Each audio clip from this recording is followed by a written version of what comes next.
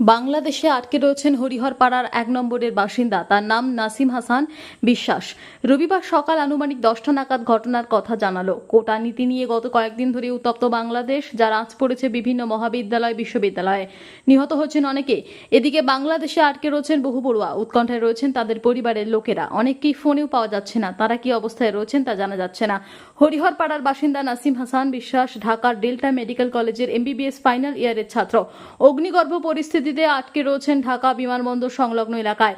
পরিবারের লোকেদের দাবি, ঘরে ফেরার জন্য তারা বাস পাচ্ছে না, বাতিল হয়েছে উড়ান। ফলে তার মতো অনেকেই পড়ে রয়েছেন বিমানবন্দর সংলগ্ন এলাকায়। অনেক ভিড় করছেন বাস স্ট্যান্ডে। নাসিমের বাবা হাফিজুল ইসলাম বলেন, ছেলে জানিয়েছে আন্দোলনের উত্তাপের আঁচ তাদের কলেজেও পড়েছে। ওই কলেজের নিরাপত্তারক্ষী খুন হয়েছেন। ছেলে বাড়ি ফেরার জন্য বাস পায়নি, প্লেনও পায়নি, ইন্টারনেট সংযোগও নেই, ফলে ঠিক মতো যোগাযোগ করা যাচ্ছে না। তার দাবি রবিবার উড়ান রয়েছে। অন্যদিকে নাসিম তার বাবাকে জানিয়েছেন অস্থির পরিস্থিতির মধ্যে রয়েছেন তারা। ঘরে না ফেরা পর্যন্ত অস্বস্তিতে বাংলাদেশে পাঠরত পড়ুয়া ও তার পরিবারের লোকেরা। মুর্শিদাবাদের সাংসদ আবু তাহের খান বলেন, জেলা প্রশাসনের সঙ্গে কথা বলবো, বিষয়টি মুখ্যমন্ত্রীকেও জানাবো। ছেলে মেয়েরা যাতে ঘরে ফিরতে পারে তার ব্যবস্থা করা হবে।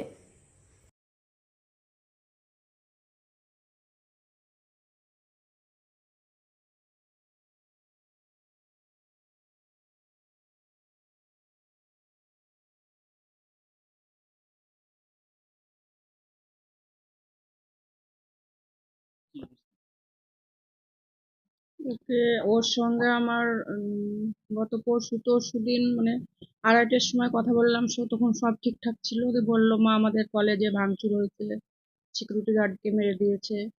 দিয়ে তখন 0.5 ঘন্টা মতো ঠিকঠাক কথা হলো। দিয়ে রাত্রে যখন কল করি তখন নেট অফ, মানে পুরো ইন্টারনেট বন্ধ।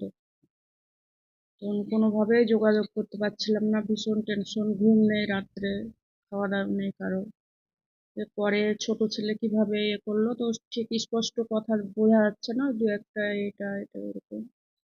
যে পরশুদিন মানে রাত 2টো 2:30টার মধ্যে ওদের কলেজ থেকে ওদের প্রিন্সিপাল এবং সেক্রেটারি স্যার মানে ব্যবস্থা করে দিয়েছিল গাড়ির, কিন্তু এতটাই রিস্ক ছিল যে সেই গাড়ি বাতিল হয়ে যায় এবং অ্যাম্বুলেন্স, ছেলে আবার অ্যাম্বুলেন্স ডাকে 6খানায় অ্যাম্বুলেন্সে করে ওরা 60 জন মতো আসে এয়ারপোর্টে।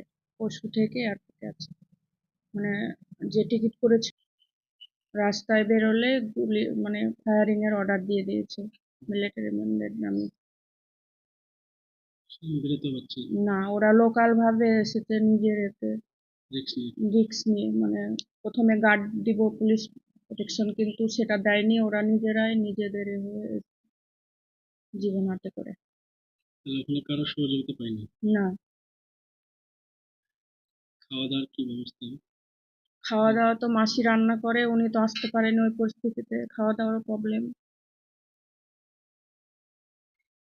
এখন বর্তমান এয়ারপোর্টে রয়েছে।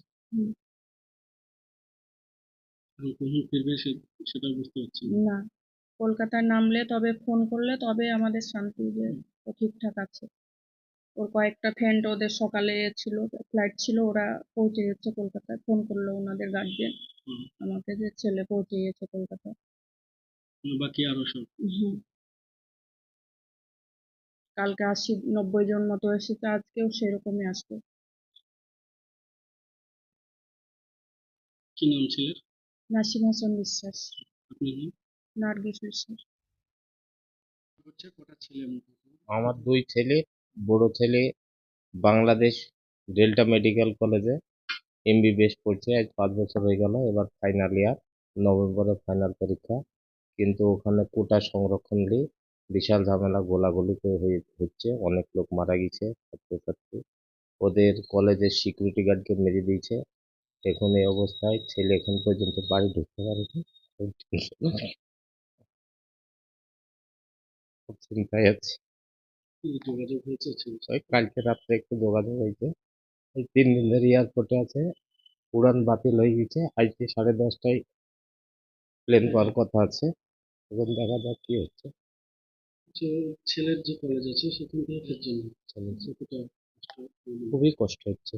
সারা রাত্রে ঘুমোচ্ছে না, ধরেন টেনশনে পড়ে আছে। দুজনে অসুস্থ আমরা। কি চাইছেন আপনারা? যাতে ভালোভাবে ফিরুক, সকলের কাছে আর্জি জানাচ্ছি। কাউকে আপনি জানিয়েছেন? হ্যাঁ, এমপি আমাদের আবু তাহের খানকে জানিয়েছি, আমাদের সাংবাদিকদেরকে জানিয়েছি, আমি মফিজুল ভাইকে। কি বলেছে? ওরা আবু তাহের বলছে আজকে 21শে জুলাই মুখ্যমন্ত্রীর সঙ্গে আলোচনা করে কথা বলছি। কথা বলেছে? ছেলে তাড়াতাড়ি ফিরে আসুক সেটা আমাদের আল্লাহর কাছে প্রার্থনা করছি। আর কেউ নেই? আর ওরা আছে। কি নাম আপনার ছেলে? আমার ছেলের নাম নাসিম হাসান বিশ্বাস। বিবাহ হলো সামাজিক মেলবন্ধন, তবে সুপ্রিম কোর্টের নির্দেশিকা অনুযায়ী বর্তমানে আপনার বিবাহকে আইনি স্বীকৃতি দেওয়া অত্যন্ত আবশ্যক, আর যার জন্য প্রয়োজন ম্যারেজ রেজিস্ট্রেশন।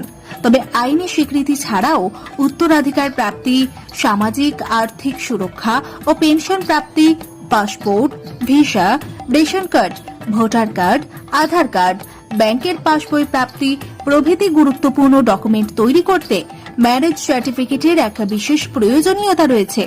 তাই আর দেরি নয়, সামাজিক বিবাহের পাশাপাশি বিবাহ রেজিস্ট্রেশনের জন্য চলে আসুন বিবাহ রেজিস্ট্রেশন অফিসে। ঠিকানা রঘুনাথপুর দিনুবাবুর ঘেরার পিছনে কমিউনিটি হলের সামনে। সোম থেকে শুক্র বেলা 11টা থেকে বিকেল 4টে পর্যন্ত ম্যারেজ রেজিস্ট্রেশন করা হয়। যোগাযোগের নম্বর 9635488286, এছাড়াও 700142677721।